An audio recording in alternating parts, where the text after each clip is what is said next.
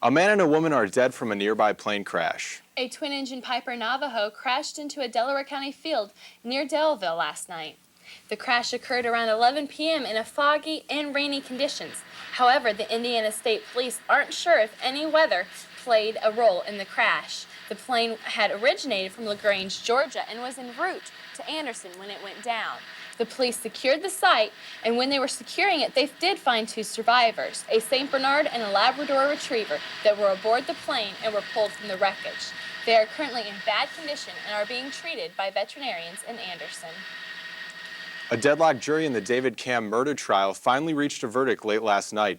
The jury found David Camm guilty in the murders of his wife and 2 kids. It took 29 hours of deliberation for the jury to reach the verdict. Although the jury was deadlocked, they finally reached a verdict at around 11 o'clock last night. The 37-year-old Camm faces up to 65 years in prison for each count of murder. A Madison County prosecutor's objection haven't kept convicted murderers from being released on parole. John Drake was convicted of the 1977 murder of a retired Anderson teacher. The Central Indiana woman was beaten with a candlestick and then strangled. The Indiana Parole Board released Drake last month. He is currently serving his parole in Georgia. Well, it will cost anyone booked into the Hendricks County Jail a little bit more. The county commissioner decided to charge $25 to anyone booked into the jail. The new charge, which will raise $125,000, will be used to offset $2.5 million it costs to run the jail. A local food bank has joined the Freedom from Hunger campaign. Gleaners Food Bank is the latest organization to join an effort to collect an additional 365 million pounds of food nationwide. Gleaners says it's already distributed food to 300 charities in Indiana alone. Officials for the Gleaners say the effort is a response to an additional demand for food that has exceeded the supply in recent months. The organization will start its campaign today. Well, the Noblesville man charged with flag burning pleaded guilty to resisting arrest. He pleaded guilty to the charge. In return, the flag desecration charge was dropped. David Stout was ordered to serve 30 days in prison and will serve 1 year on probation and pay $129 in court costs. Stout faced 2 years in prison if convicted of both charges. And an Indiana State Museum will receive a quilt from Hoosier native Jane Jarvis, who is known as the New York Mets organist. The quilt was made over 100 years ago and as a fundraiser for the Southern Indiana Church. In the late 19th century, residents of Monroe City gave 50 cents to $1 contributions to have their names sewn on the quilt. A total of 144 names adorn it. Jarvis eventually received the quilt from her grandparents, who were the highest bidders at a church benefit. Well, Rebecca Clark, you know, we had spring break. Spring is coming. What's the weather like? Well, spring is coming. That's right for sure. And with that comes some rain. And rain is on the way, and lots of it. I'll have a complete look at the forecast in just a bit. Thanks a lot, Rebecca. Well, Vice President Dick Cheney continued his trip of the Middle East today. Cheney arrived in Tel Aviv today. He is meeting with U.S. Middle East peace envoy Anthony Zinni as Israeli and Palestinian leaders try to work out a ceasefire deal. Cheney has called for Arafat to end the violence. We continue to call upon Chairman Arafat to live up to his commitment to renounce once and for all the use of violence as a political weapon and to exert a 100% effort to stamp out terrorism. Cheney is meeting with Israeli Prime Minister Ariel Sharon and has not ruled out a meeting with Palestinian Authority leader Yasser Arafat. This is some encouraging news from an area that has been ripped apart by violence in recent weeks. Also, witnesses say Israeli troops have just pulled out of Bethlehem, bringing both sides closer to a ceasefire. While the men who threw grenades into an Islamabad Christian church remain at large. 5 people died, including 2 Americans yesterday, when 2 grenades exploded inside the Protestant International Church. More than 40 others suffered injuries. Ashar Qureshi has more on the situation in Pakistan. Military and police here in Pakistan are on high alert after a church attack yesterday that left 5 people dead and dozens injured. Now, Pakistani President Pervez Musharraf says he has formed a committee to investigate the attack and monitor any lapses in security that may occur. the government saying right now that it has tightened security at churches and diplomatic missions all around the country. So far, no group has claimed responsibility for the attack on the church, and there have been no arrests in response to what has happened there. Right now, we're hearing that political parties, religious leaders here in Pakistan widely condemning the attack, saying that it was not in the interest of Pakistan and that this was an attack on Pakistan itself. Also, witnesses in this attack saying that what they saw was chaos happening in the church just before it happened, some not understanding what exactly was going on until the large explosions occurred there. Now, we've heard from the U.S. Embassy today as well about 2 Americans that were killed in this attack and preparations underway to have them flown back to the United States. No word on when that may be. The investigation here continues. Ashar Qureshi, CNN, Islamabad, Pakistan. And Operation Anaconda came to an end today and is considered to be a success. The battle actually appeared to have been over for several days. However, nearly 500 U.S. and allied troops continue to prowl the battlefield. Sunday, U.S. forces attacked a convoy of 3 vehicles that were trying to leave the valley where Operation Anaconda was focused. According to Army General Tommy R. Franks, the U.S. military has already begun to move on with the next stage of war. This includes an intense intelligence gathering effort that is focused on 2 or 3 suspected pockets of al-Qaeda fighters and Taliban leaders in eastern and southern Afghanistan. Well, how is Tom Ridge doing with Homeland Security? Well, the Senate may subpoena him. And also, we'll tell you the latest about the dog mauling case when NewsCenter at 5:30 returns.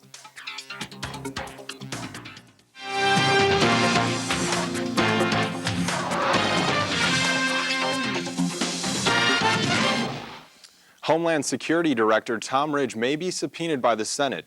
The Senate is considering the subpoena to get his testimony about President Bush's domestic security spending request, which would double spending to $38 billion. Top Democrats in the Senate want Ridge to testify so he can explain the increased spending.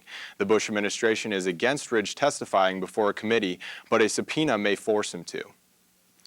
Well, the trial filled with graphic images is almost over. Closing arguments are taking place in the San Francisco dog mauling trial as jurors decide whether Marjorie Knoller and her husband Robert Knoll caused the death of Diane Whipple. Prosecution presented numerous witnesses that told of violent encounters with the dog. Both are charged with involuntary manslaughter and owning a mischievous dog that killed a person. Knoller could receive 15 years in prison if convicted, and Knoll faces up to 4. Federal law enforcement authorities have broken up a computer-based child pornography ring. After announcing Operation Candyman, over 80 people have been arrested in the operation, and more arrests are expected.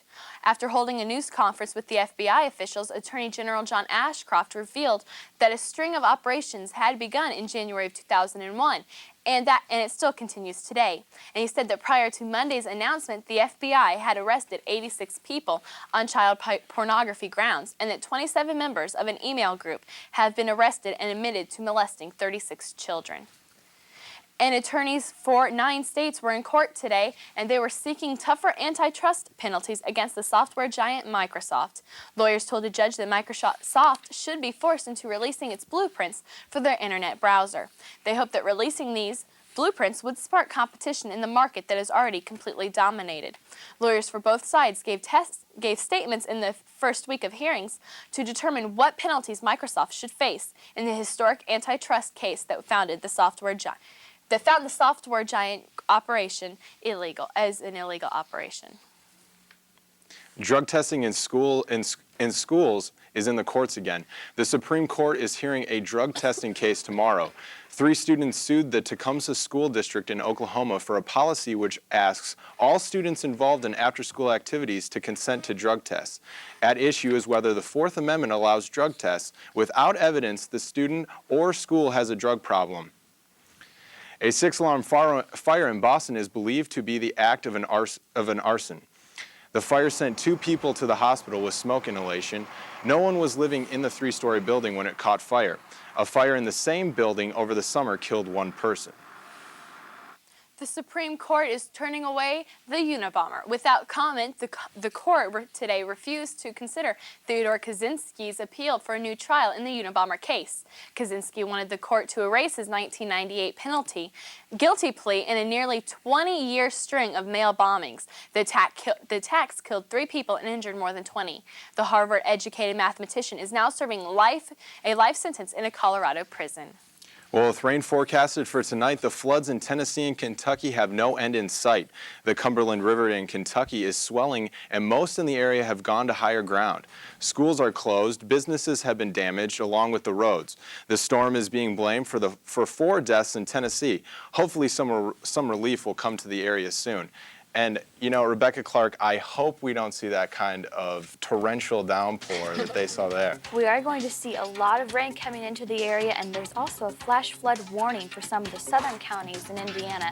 Not for us yet, but we should see about 2 inches when it's over, probably by the end of Thursday. So I will have a complete look at the forecast right after the break.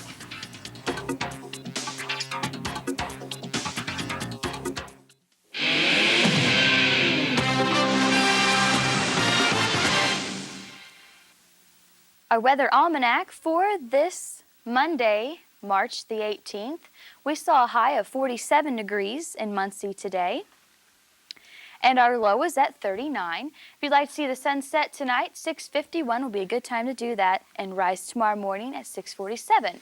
Now, looking back in history, the Tri-State Tornado of 1925 happened on March the 18th. It was the largest tornado recorded in history.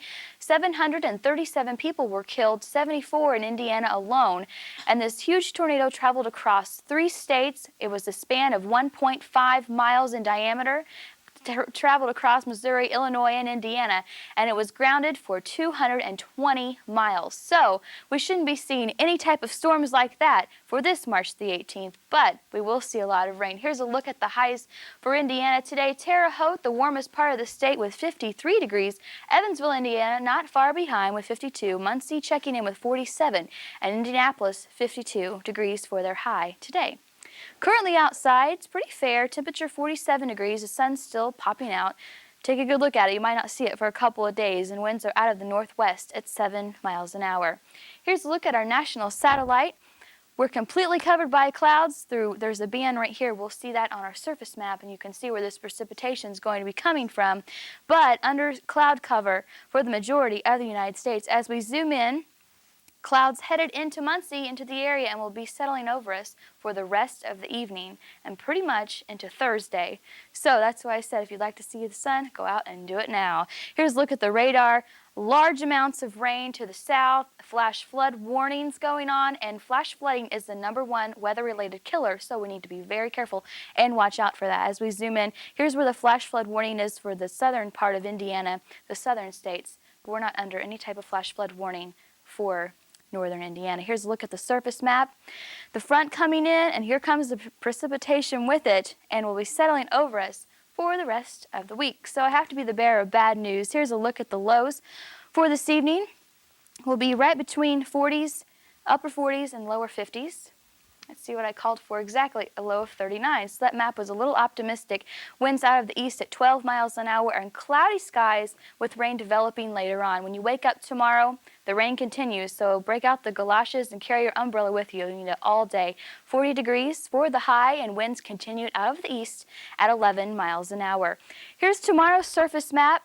The precipitation and low pressure just settling over us for the whole day. So keep out the umbrella. You will need it on your way to class and back from class. Here's a look at the highs for tomorrow. With this rain and with the cold front coming in, we'll be dropping our temperatures pretty drastically. Let's see for the high for tomorrow, 46. So it'll be like today, a little bit chillier, but lots of rain. Winds continued out of the east at 15 miles an hour. And for your 3-day outlook, rain continues for the rest of the week, and we might even see just a few snow showers. But look at the temperatures. 49 for the high on Wednesday. On Thursday, the high only reaching up to 39. So we might see a few snow flurries, but definitely rain. Thanks for bringing the bad news. I know. You come back from spring break, and what do we get? Rain. So thanks a lot. You're welcome. All right, Jake Johnson, you know, I have the NIT fever now. Forget the NCAA tournament. I'm concentrating on the NIT now with the Ball State Yes, men. Ball State's been playing pretty good, and the NCAA tournament is underway also, so I will tell you exactly how far Ball State's made it right after the break.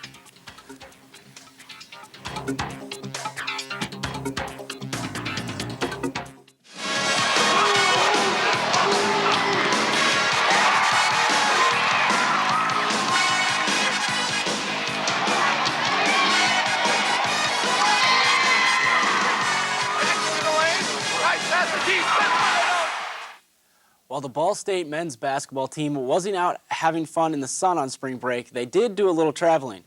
Right before break, the Cards traveled to Cleveland to try and secure a spot in the NCAA tournament. And like we've seen in the past, the Cards choked and suffered a 69-57 loss to Bowling Green. No one found the Cards worthy of the big dance, so they were sent to the NIT tournament to try and redeem themselves, which is just what they've been doing. In the first round, the Cards defeated South Florida 98-92, where junior guard Chris Williams tore it up with 40 points. Then on Friday, the Cards defeated St. Joseph's University of Philadelphia 76-54. Previously, Ball State had never won an NIT game and have only won 3 postseason games in the past. The Cards move on to take Louisiana State tomorrow night at 8 p.m. in the second round.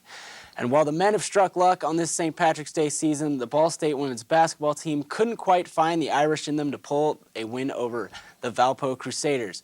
A season that Coach Tracy Roller described as a dream season came to a crushing halt Saturday as the women lost 77-69 to a much better defensive team.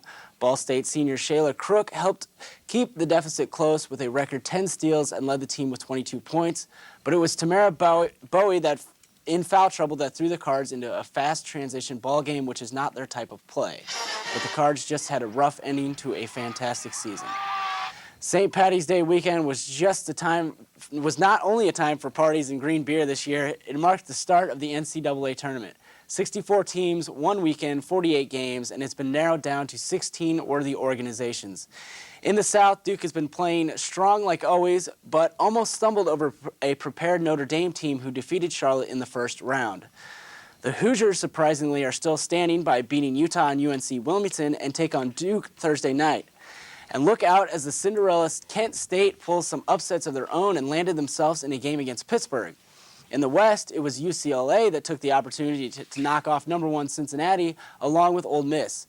But they'll have to watch out for Missouri, who walks in the Sweet 16 with an upset over #5 Miami and the annihilation of #4 Ohio State. And regulars in the big dance, Arizona keeps stepping down the brackets, but will have to face #2 Oklahoma to take that next step. IU plays strong and beats Duke. The MAC represents and makes it to the Elite 8 in Kent State, and Arizona knows how it's done and will find themselves dancing with UCLA next. What about across the board? The East and the Midwest have had a surprise in the running of Southern Illinois, who defeated Bob Knight's Texas Tech and the Bulldogs of Georgia. The Salukis have earned themselves a right to face #2 UConn, which will be tough, but if they want to make it past that, it's the brick wall of the winner of Maryland and Kentucky that will give them trouble. In the Midwest, the Big Ten is representing with Illinois making their way closer to Atlanta.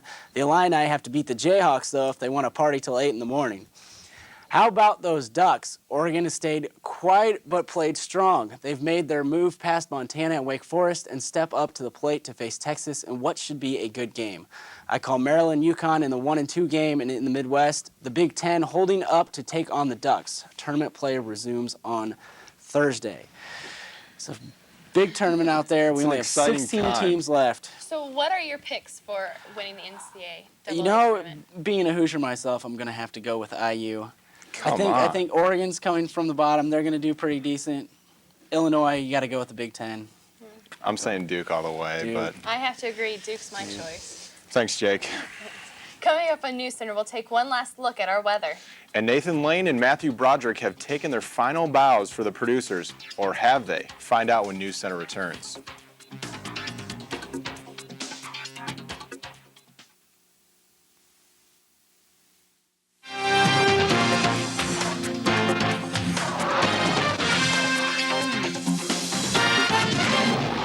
A Broadway musical says goodbye to their 2 lead actors yesterday. Nathan Lane and Matthew Broderick gave their final performances in The Producers. The show won 12 Tony Awards, and the show will go on. There are replacements for both men. That is a very funny movie, The Producers. Is it really? It's one of my favorites. But Rebecca Clark, you know, I'm kind of afraid of the 1925 tornado happening again. Is there a chance that monster could come back? Well, not that one specifically. Well, It would be a okay. different tornado. But yes, of course, there's always a chance, especially in Indiana. We are in Tornado Alley, and with it being springtime, we do need to be aware of severe weather. Let's take a look at our weather for tonight. Cloudy with rain developing later, low down to 39, winds out of the east at 12 miles an hour. When you wake up tomorrow morning, grab your umbrella. The rain will continue. Temperature of 40 degrees and winds out of the east 11 miles an hour. For tomorrow, the rain continues all day, high up to 46, winds out of the east at 15. And looking at your 3-day outlook, cold air moves into the area, bringing with it maybe a few snow flurries on Wednesday and Thursday.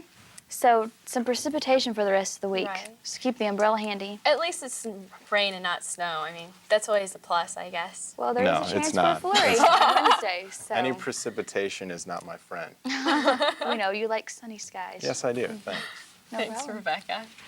Tonight on NewsCenter at 9:30, the Defense Department released a video of Operation Anaconda, and we'll have the update on the Middle East peace talks. Tune in tonight for these top stories and more. Well, thank you for joining us at NewsCenter at 5:30. I'm Jason Luzak. And I'm Jill Crean. NewsCenter 43 is an official CNN student bureau.